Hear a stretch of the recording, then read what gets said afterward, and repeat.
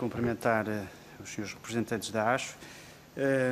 e indo diretamente às questões. Portanto, efetivamente, o setor segurador e dos fundos de pensões tem sofrido algumas alterações relevantes em Portugal, nomeadamente com a aquisição de companhias relevantes por parte de operadores estrangeiros que não devem deixar de merecer, pela sua dimensão, uma análise cuidada da ASF, nomeadamente questionar-se a própria ASF se o quadro regulatório e de supervisão que existe é suficiente para atender ou dar resposta a todas estas mudanças que estão a acontecer. Aqui foi referido pelo grupo parlamentar do PS a questão da venda da GNV Vida, mas eu recordava também a questão da tranquilidade. Portanto, um dos pressupostos da atuação da ASF é a análise dos ativos e dos passivos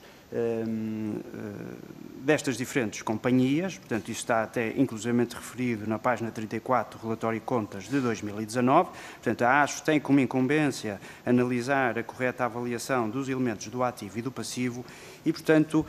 aquilo que eu gostava de saber é se, no respeito à tranquilidade e à GNV Vida, atendendo aos elementos que têm vindo a público e considerando uma lógica de continuidade da atuação da ASF, portanto, não estou a referir-me exatamente a esta direção da ASF, mas a tudo aquilo que a ASF tem vindo a fazer ao longo dos anos, se efetivamente existiu uma validação da ASF ou não relativamente àquele que era o valor patrimonial, quer da Companhia Tranquilidade, quer da Companhia GNV Vida, uma vez que os dados que têm vindo a público parecem evidenciar que existiu um haircut substancial sobre o valor da avaliação que serviu de base aos negócios que foram realizados com os adquirentes. Também dizer que, relativamente à resposta que deu anterior sobre os beneficiários efetivos, há efetivamente uma grande confusão sobre o que é o beneficiário efetivo para efeitos da AML e aquilo que é, e assim devia ser o aspecto mais relevante, uma contraparte relacionada, eventualmente com algum adquirente que está proibido contratualmente de adquirir uma determinada posição neste tipo de companhias. E se é certo que todas as informações que a ASF pode ter recebido de outras autoridades de supervisão e regulatórias europeias ou internacionais, nomeadamente americanas,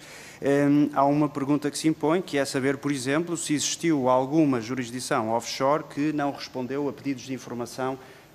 da ASF. Normalmente, todos nós sabemos que estas jurisdições, nomeadamente os reguladores desses offshores, desses países onde funcionam os offshores, respondem numa lógica do princípio de reciprocidade. Portanto, nós prestamos tanta informação quanto aquelas que nos prestem a nós, mas também sabermos que normalmente as jurisdições offshore são muito cautelosas na prestação deste tipo de informação. E, portanto, indo para lá da questão do beneficiário efetivo, e olhando mais àquela que é uma contraparte relacionada com, eventualmente, alguma entidade que ocupe uma posição relevante, por exemplo, no novo banco, gostava de saber se foi feito um exercício mais exigente para lá da simples questão do beneficiário efetivo. Gostava também de perguntar à ASF se, esta é uma questão que tem sido cara, de resto, ao PSD, se os recursos de que dispõe atualmente são suficientes para o desenvolvimento da sua atividade. O PSD já apresentou várias vezes neste Parlamento propostas de alteração à Lei-Quadro dos reguladores que evitem que a matéria das cativações ou da limitação na autorização da realização de despesa fossem completamente alterados, nomeadamente dando mais liberdade aos reguladores para desenvolverem a contratação que necessitem para o desenvolvimento da sua atividade, mas a esquerda no Parlamento normalmente tem recusado estas alterações e, portanto, há uma questão que se impõe. Todos estes anos envolvidos, há ou não um condicionamento da atividade da ASF nas suas competências de regulação e de supervisão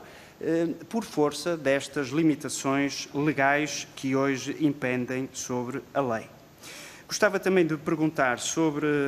uma nova competência que a ASF vai receber ou que já está a receber, que se prende com as associações mutualistas. Gostava de saber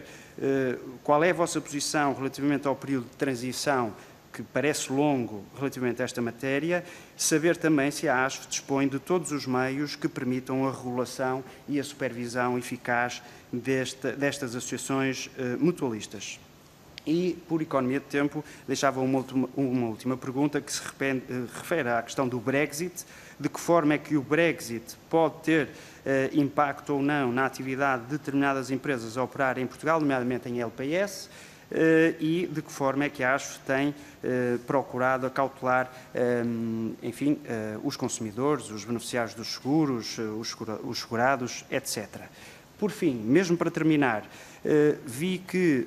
a ASF realizou mais de 3.700 atendimentos presenciais em 2019. Perante um contexto de Covid, imagino eu que esses atendimentos se hajam muito limitados e, portanto, gostava também de perceber, enfim, em termos de atividade operacional da ASF, o que é que têm procurado fazer para conseguir dar resposta às solicitações que têm, enfim, dos consumidores. Obrigado.